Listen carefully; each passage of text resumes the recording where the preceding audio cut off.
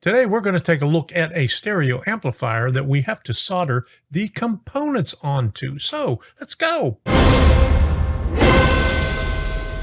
Hi, I'm Tom Kovichak, and this is Tom's Trains and Things. This channel was created to help other modelers who are in need of guidance in pursuing their dream of building a model railroad. And some time ago, I showed you that I was working on a lightning project that I was going to put in the other end of my layout. Now, I have a kit for a stereo amplifier that I want to put on the DFPlayer Mini to see if it will give me a better sound than the actual speaker hooked directly to the DFPlayer. So let's start soldering and see what we got here. This is all the components right here. We got some electrolytic capacitor. We got some ceramic capacitors. We got 6 resistors. We got a little amplifier integrated circuit. We have a pigtail for a 9-volt battery that we're not going to use because we're going to hook this up to Arduino. And we have a pigtail with a audio jack on a stereo audio jack that we're not going to use also because we're going to hook that up directly to the DFPlayer Mini. So what I have to do is get out my trusty little gizmo here so I could solder stuff on there. Let's start doing some soldering. Soldering. That hurts my throat to say it. Soldering. Okay, let's do some soldering. That sounds better. Solder. All right, I got the board set up on this jig so we could do the soldering. Here's the side where all the components go on. Let me tighten this up a little bit here. Okay. And here is the side where we're going to do all the soldering. So first thing I have to do is determine which components go where, because they're only marked as R1, 2, 3, 4, 5, 6, and the same thing with the capacitors. So I had to print out the instructions. I had to find the instructions. It's been a year since I bought this, so I had to go on to Kitronik UK website, and this says it's version 2, but my board says it's version 1, so I imagine that it will still work. But we have 2 10K resistors, 2 4.7K resistor, or 2 4.7 ohm resistors, and 2 100K resistors. And capacitors, we have 2 100 microfarad, a 10 microfarad, and 2 470 microfarad, and then 2 ceramic capacitors, which are basically the same. And the chip, let's see if it identifies the chip here.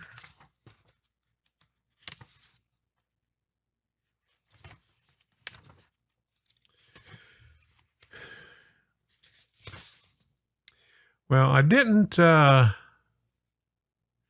print out all of them, but it doesn't identify the chip. But there is a data sheet for the chip, and I'll show it later on in the video. So, but here is the chip right here. Let me see if I can get this. There is the chip. 29730 JRC. I don't know if you could see that, but my eyes, I can't see that very good, but you could see it right there. Okay, that's the chip that we're going to use on here. Now, it has a integrated circuit holder, so we could solder this on and then just plug the chip into it. So we're good on that. Oh, I almost forgot. Here is the bag it came in. It is from DigiKey Stereo Amplifier. And there is all the information on it. You know, I'll put the information from DigiKeys up there if they still sell it. So, all right, here we go. I placed the integrated circuit holder in there. That's the first thing we're going to solder in there. And as you can see on here, what I did was I don't know if you can really tell, but I folded over one pin on this end and one pin on that end just to hold it in place. And that's what you do with most components on there. So what we're going to do is we're going to hit this with a little bit of flux and solder the things on there.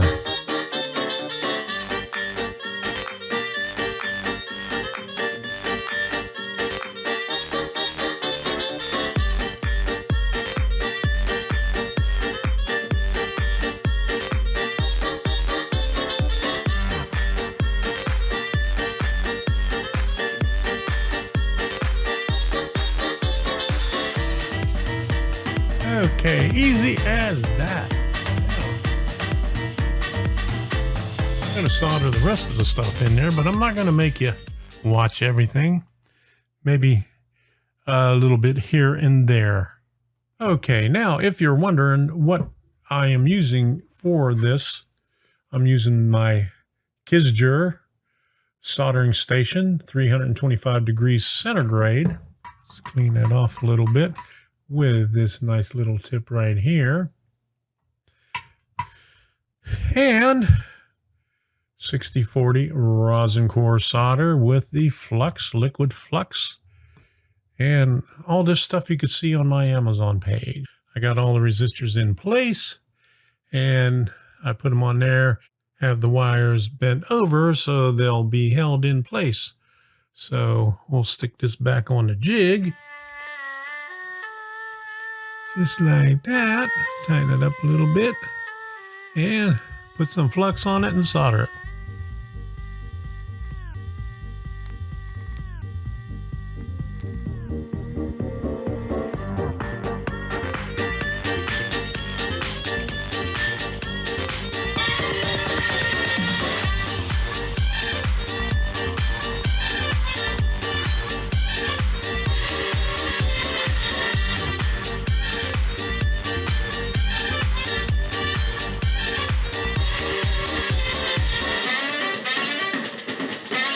There's the resistors, and we'll have to cut off the excess wires. On the electrolytic capacitors, you'll see that there is a band on there that identifies the negative side, and it is also the short lead on there. So the negative is the short, the positive is the long, and it's also marked on the circuit board where the positive and negative is.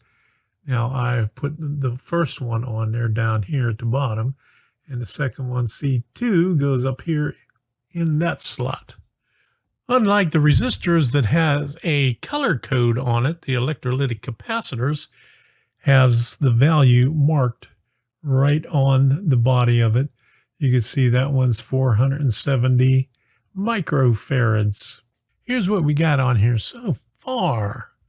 Now, I got all that stuff on there, and I put a short, I cut off some of it, but I put the input wires on there because I don't know how much room I'm going to need. That came with some speaker wire, a meter of speaker wire, but since my speakers are on JST connectors, I'm just going to cut about maybe 3 inches for each, for the left and right, about right there. Okay, well, that's a little bit more than 3 inches, but I'll cut that amount off right there, and we'll use this for the speaker wire, and then we'll run that to the other circuit board for the testing. And then once we make sure that it works, if it works, we'll permanently put it on a circuit board or attach that circuit board up against this circuit board right here, so we can get it to work on the layout. All the components are soldered in there, and I got my wires in here also. I put short wires on there because I have to still test this out with my breadboard project for the Lightning. So here's what it looks like. Got my speaker wires on there. Got my 2 power wires on over here and the input over here. Okay, now I have to clean this up a little bit because there's a lot of, you can see all the residue on there. And let me show you what I'm going to clean it with. I usually use CRC CO contact cleaner, but this is all I could find was the QD contact cleaner. Now I tried it on a couple of other boards that I did and it didn't do too bad of a job. So let me take this over to the sink and clean this off and we'll see what it looks like. Now to borrow a phrase from Wilmer, not bad. Not good, but not bad. I like the CO contact cleaner a little bit better. It does a little bit better job than this, than the QR. I don't know if they quit making the CO, but I would like to find it. Got the chip in there, and now we're ready to test this thing out. But wait, you thought there was more. Instead of running this out for 20 minutes, we'll cut this off right here, but here is what the project looks like. I have the Nano, I have the DFPlayer Mini, and I have a speaker right here. Well, we're going to remove this speaker and add this amplifier to it. And what I thought I was going to use 2 speakers, but when I looked up the page on DigiKeys, I noticed that there was 2 speakers included. So I went back and I had these 2 speakers laying on my layout and I had it in a tote. And here are the speakers right here that came with the kit. I didn't realize that they came with the kit. So I'm going to try it out with these 2 speakers here.